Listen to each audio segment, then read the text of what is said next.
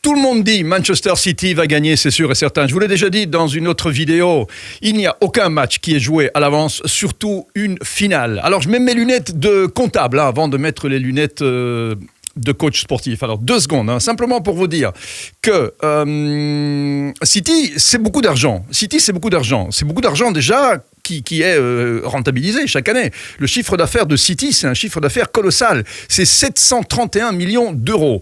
Et la société, le City Football Group, qui est évidemment dirigé par le cheikh Mansour bin Zayed, possède d'autres clubs, comme Girona en Espagne, comme Troyes en France, qui est descendu en 2e division, comme Palerme, comme Lommel en Belgique. Mais évidemment, City, avec 731 millions, est largement au-dessus de tous ces autres clubs. Et donc, on se demande pourquoi autant d'argent dans le foot. Mais je vous l'ai déjà dit aussi, il ne faut pas chercher midi à 14h. Le foot, c'est un soft power génial. Avec le foot, on s'introduit dans plein de pays, dans plein de territoires, dans la tête des gens. On finit par créer une image positive d'un pays et grâce à cela aussi, le pays fait d'autres business avec d'autres pays. On redore l'image de marque. C'est du très bon business, c'est très intelligent.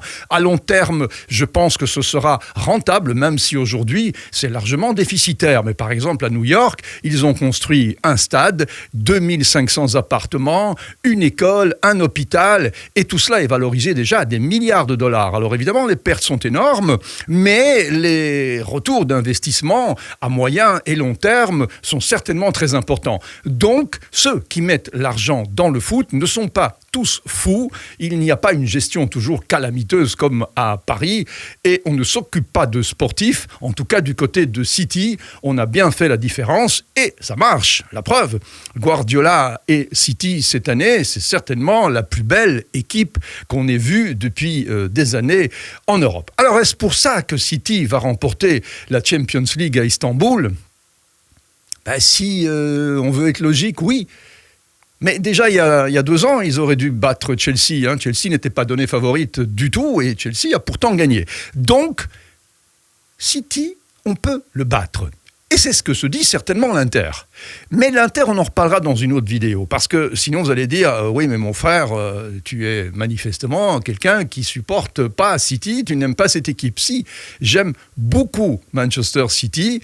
Et le fait, comme je vous l'ai dit, qu'on ait investi beaucoup d'argent en 2010 pour en faire un club d'envergure, ne me dérange pas fondamentalement. Le foot fait partie de la société. Il est normal qu'on mette de l'argent dans le foot aussi, même si moi, romantiquement, j'aurais préféré que le foot se perpétue d'une façon plus ou moins traditionnelle, comme avant, avec le président qui était souvent un homme important de la ville, qui mettait l'argent de sa famille, de sa société, ou qui allait chercher de l'argent qui était proche de ses avoirs, et en tout cas qui était généralement l'argent du pays. Maintenant, on est dans des clubs qui sont dirigés par des groupes qui viennent d'ailleurs, de très loin, et il faut s'y faire, et moi j'ai rien contre, tant qu'on respecte le fair play financier, ce qui n'est pas toujours le cas, parce que là, sur City, je veux simplement vous dire qu'il y a 115 chefs d'inculpation de la justice anglaise auxquels devra répondre Manchester City, avec des problèmes de détournement, de sponsoring déguisé, de plus-value, enfin, de tas de choses qui certainement auront une réponse dans la bouche des comptables et des dirigeants de Manchester City. Mais revenons au match. City a toutes les chances de gagner, mais c'est ça son problème, c'est qu'ils sont tellement favoris qu'ils vont rentrer peut-être dans une logique de « on va quand même finir par gagner cette Champions League ». Parce que City n'a jamais gagné une Champions League. Ils ont gagné une Coupe des Coupes en 1970 contre Górnik Zabrze, un club polonais 2-1. En finale, voilà, leur seule coupe européenne est là. Mais c'était le Manchester City de Manchester City qui n'appartenait qu'aux capitaux de la ville. Donc le petit frère misérable et pauvre de Manchester United qui, lui, trônait évidemment sur le toit du monde puisqu'ils avaient déjà gagné la Champions League en 1968. Donc City a comme ennemi principal le fait d'être trop favori.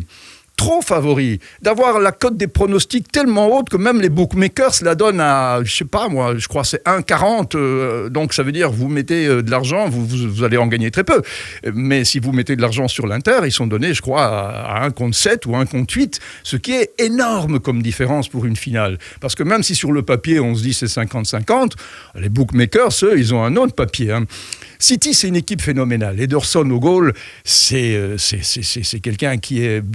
Pour moi, Onana, de l'autre côté de l'Inter, est plus fort. Mais bon, Ederson, c'est quand même un gardien qui est extraordinaire. Leur défense, c'est peut-être pas leur point fort, parce qu'ils sont tellement bons au milieu et devant, que...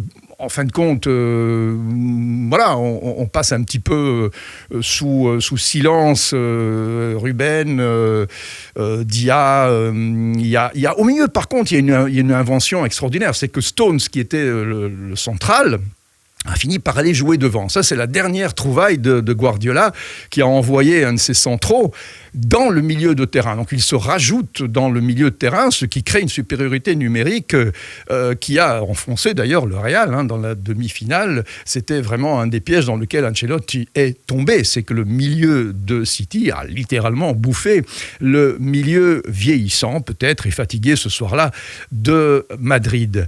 Devant, n'en parlons pas. Il y a Grealish, il y a Foden quand Grealish n'est pas là, il y a Alvarez quand Haaland n'est pas là, il y a De Bruyne, il y a Gundogan, il y a le fantastique Bernardo Silva.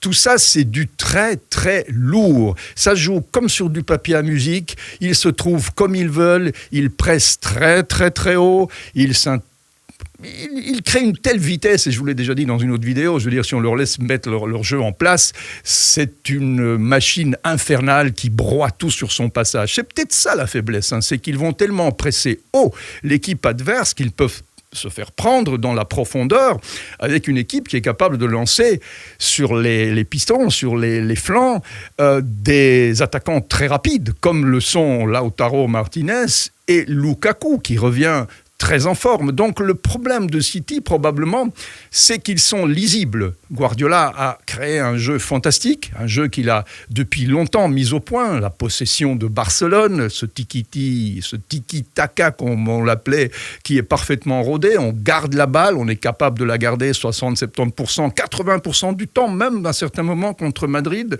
On est capable de verticaliser très, très rapidement également. Il y a cette trouvaille maintenant de mettre le central Stones au milieu qui dézone et qui crée une supériorité numérique absolument étonnante, tactiquement. Et puis, il y a l'extraterrestre Haaland qui, devant, de par sa structure physique, de par son sens du but et de par sa forme étincelante pour l'instant, est capable à lui tout seul d'en planter 1, 2, 3 ou 4, ou parfois pas quand on le marque à la culotte, comme dans le match aller contre le Real Madrid. Donc, ce City-là est prenable à partir du moment où une équipe accepte de jouer bas, très bas, peut-être même, de subir la pression, de l'accepter, et non pas de remonter balle au pied, parce que ça c'est peut-être dangereux vu le contre-pressing de City, mais peut-être de balancer des verticales très rapidement sur des avants qui sont eux capables de faire la différence, qui sont rapides, comme Lukaku qui est en forme, qui peut déplacer face à face à 1 contre 1 face à un central. Lukaku peut en déplacer 1 ou 2 même assez facilement de par sa structure physique. D'ailleurs Lukaku s'entraîne toujours, vous l'avez déjà vu comment il fait pour se débarrasser quand il est dos au goal. Il a cette capacité phénoménale à se retourner en donnant un petit coup d'épaule à son défenseur et en mettant une balle du gauche et même parfois du droit d'une façon assez incroyable. D'ailleurs, il s'entraînait à Milan avec des défenseurs, des centraux extrêmement costauds pour avoir justement cette espèce de sparring partner qu'il va retrouver sur le terrain face à City. Mais Lukaku, s'il joue, parce que c'est peut-être Dzeko qui démarrera le match, mais si Lukaku joue dès le début, il peut peut-être déjà mettre dans la tête de City une crainte, c'est-à-dire ne poussons pas trop, ne pressons pas trop haut, parce qu'on peut se faire prendre dans le dos, dans la profondeur. Avec 2 passes, l'Inter est capable d'arriver devant le goal avec un Lukaku qui d'un petit coup d'épaule se retourne et du gauche la plante. Donc City a toutes les chances d'être pour la première fois de son histoire tenant du titre, mais City peut aussi se faire prendre, comme il s'est fait prendre il y a 2 ans par Chelsea, par une équipe qui est solide, qui l'attend patiemment et qui est capable de faire partir ses avants très rapidement. Et Lautaro Martinez et Lukaku, ou Dzeko même, qui est peut-être plus fin, plus technique, mais tout aussi imposant physiquement, peuvent en effet créer cette surprise que personne n'attend aujourd'hui, mais qui pourrait en effet être la surprise du chef. Voilà, Guardiola mérite 100 fois de gagner cette Champions League avec City.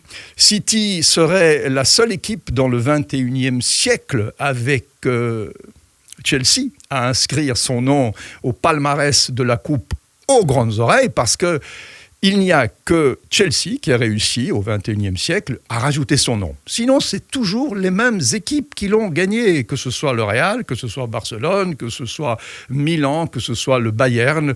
On ne retrouve dans le palmarès que ces clubs-là. Donc, City va-t-il apparaître dans la liste des gagnants de la Champions League ?